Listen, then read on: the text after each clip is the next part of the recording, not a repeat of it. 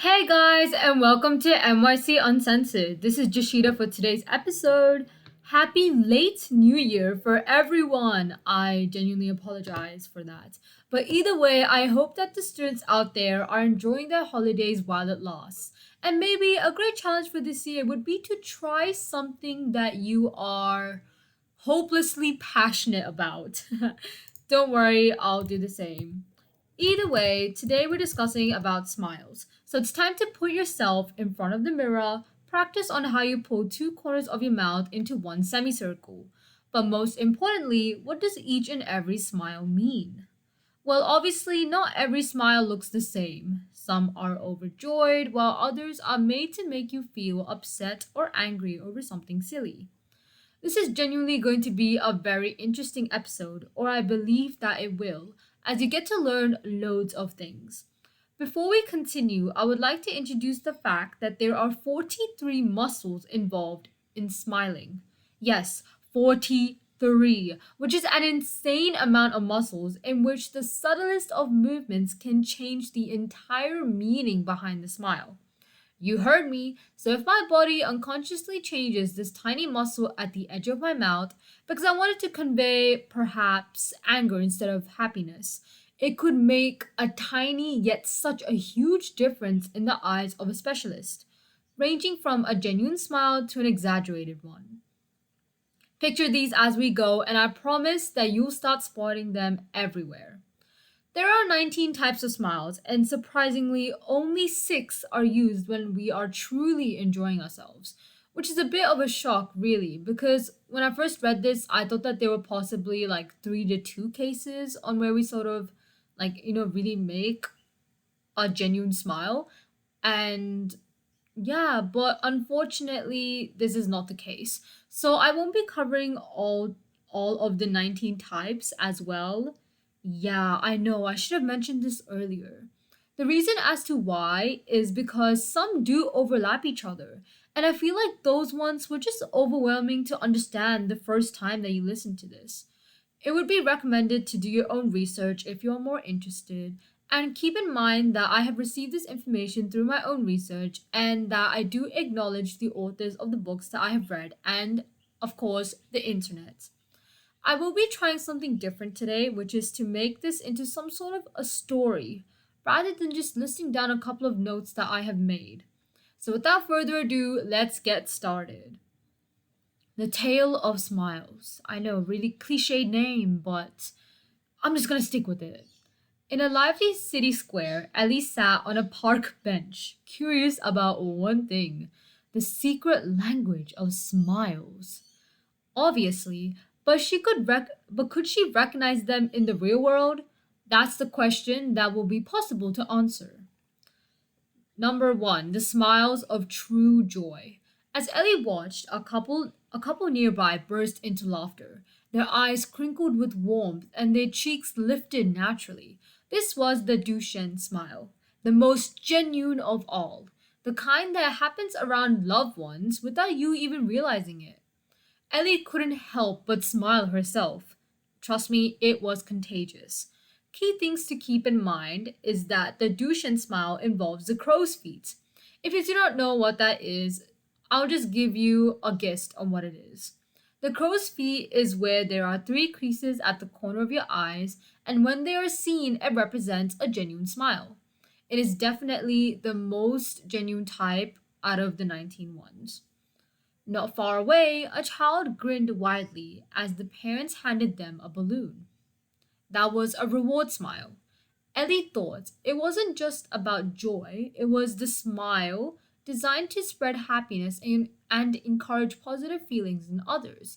The main difference between the Duchenne smile and the reward smile would obviously be the muscles involved, but something that you would notice in the reward smile is that the eyebrows are more engaged compared to the Duchenne smile. Number 2, the everyday masks.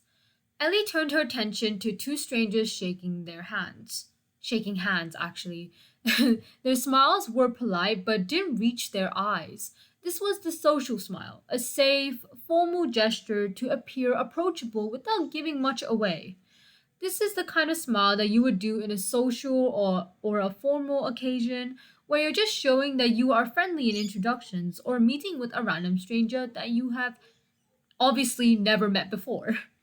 Basically, this means that the smile is where you just lift up your mouth, but there's no activity around the eye muscles, resulting in the difference that you would observe between a genuine smile and a social smile. Then there was a man strutting confidently across the square. His smile tilted ever so slightly. A dominant smile. It obviously wasn't friendly, it was a signal of power and obviously dominance. Like he was silently declaring that I'm the one in charge here, which is pretty self explanatory. And this kind of smile displays status or confidence, which can be seen in a condensing or in a boastful manner. Sometimes people consider this as a non-verbal threat, meaning that they just feel threatened that this person is showcasing their pride and ego so excessively. Surprisingly, this is considered to be similar to the Dushan smile in terms of the fact that it is asymmetrical. I'm pretty sure that you guys know what symmetrical is. So, asymmetrical would just mean the opposite, where it is not even on both sides. The same even applies to the dominant smile. Other pieces of information include a lip curl or an eyebrow raise, clearly done out of satisfaction. Number 3. Awkward, embarrassed, and forced. Ellie's attention shifted to a young woman who had just spilled her coffee.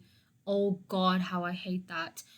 Either way, she just smiled nervously and tilted her head down, and her hand just brushes over her cheek. A clear, embarrassed smile.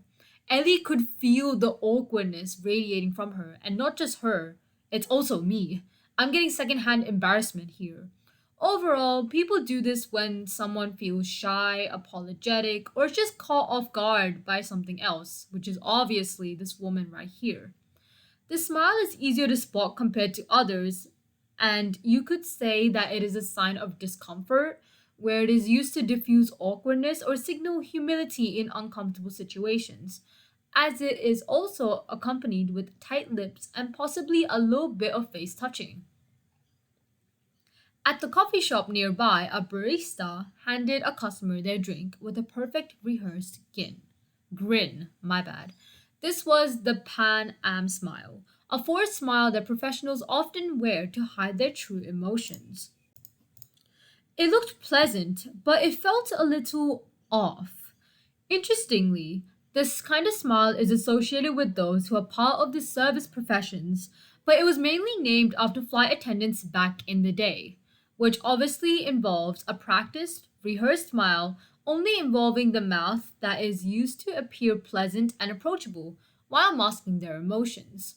A few things that you would notice is that there's extreme tension in their mouth, like a crazy amount, where the corners are almost lifted too high. You could say that they are forced to smile even if they do not feel the best because this is what their job asks for. Number 4. The smiles that hide more. Ellie spotted a group of friends joking around. One person's smile seemed playful at first, but Ellie caught the faintest hint of tension in their eyes. Could it be like a lying smile? The lying smile is very confusing as it involves the same muscles in the Dushan smile, very deceiving, in which you could remember that it is considered to be the most genuine smile out of the 19 types. This seems very manipulative here. This is giving me manipulation vibes. But the trick here is to find cluster gestures that are associated with fear, anger, or disgust. So, for example, their eyes could be expressing anger while their entire face feels somewhat happy. Or it could be their arms that are expressing something else than their body. Then across the park, Ellie noticed two people exchanging subtle sidelong glances. Their grins were small and close-mouthed, paired with paired with tilted heads and raised eyebrows. Obviously, the flirtatious smile, something that I wouldn't be experiencing for a while. But either way, it's a mix of charm and intrigue. It involves a slight douching smile that obviously conveys attraction or flirtation instead of pure joy, that signals interest, intrigue, and often invites further conversation. Just please just don't get mistaken with the flirtatious smile with any other because that's going to be really, really awkward for you. Number five, I believe, the bittersweet and bold. A wistful smile caught Ellie's eye next. The person wearing it stared off into the distance, lips curved slightly upward, but with a hint of sadness in their gaze. This was, what I said before, a wistful smile, the kind that hides longing or regret. When we are sad, grieving, or in pain, we tend to use this to cover it up, really, and to show others that we are kind of fine, or it is reserved to when we are looking back in time and thinking about the moments that you regret, and a sense of longing is just shown. This is often seen in the eyes, with upturned lips and a closed mouth, plus a combined attempt to lift your cheeks up. In other words, this smile appears in moments of sadness when the person wants to appear strong. Moments later, the energy shifted. A young athlete crossed the finish line of a race in a park, their wide grin radiating pride and satisfaction. That was definitely a triumph smile, a celebration of hard work and victory. A triumph smile is big and bold. Just think of those two words. Imagine a wide grin with the cheeks lifted and the eyes just sparkle. It's the look of someone who has achieved something very important to their soul. Like winning a competition in your favorite sport or reaching a big goal. It's a smile full of pride and satisfaction. Number six, the subtle signs, the subtle signals. Ellie also noticed smaller, quieter smiles, a sympathetic smile shared between two friends, warm and comforting. A sympathetic smile is gentle and compassionate. The mouth curves up just a bit, and the head might tilt slightly, giving it a look of understanding. Picture someone smiling softly at a friend who's having a tough day. It's a smile that just says, I'm here for you. A sarcastic grin paired with a raised eyebrow, the unmistakable sarcastic smile. God, how I hate those. Which really just says, oh, really. This one has a bit of a bite to it as it is exaggerated and uses tense mouth movements, which might come along with a raised eyebrow that is used to express mockery or irony. It's a type of smile people use when they're joking around or trying to make a point with a bit of humor. This communicates a lack of seriousness or a sense of playful criticism. And then the fake smile, a stiff, hollow expression. It is easy to spot once you know what you're looking for. Like picture a mouth that is stretched into a smile, but only the lower part of the face is involved, which means that the eyes stay blank and the smile just looks really stiff, almost as if it was pasted on them. This one's all about masking their true feelings, trying to appear upbeat when in reality, deep down, the person feels something entirely different.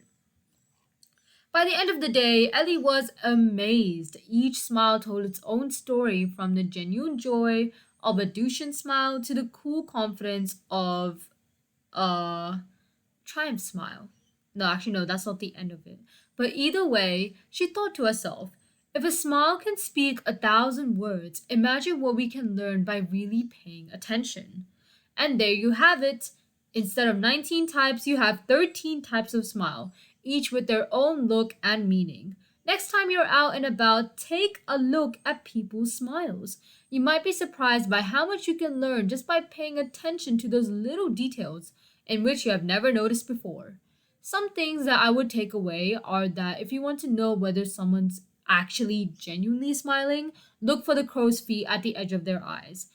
If it is there, then they are enjoying this, but if not, it's obviously something different.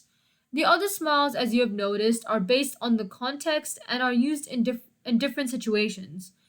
Either way, thanks for tuning in, and remember, a smile says more than words ever could. This is Joshita from NYC Uncensored. Peace out.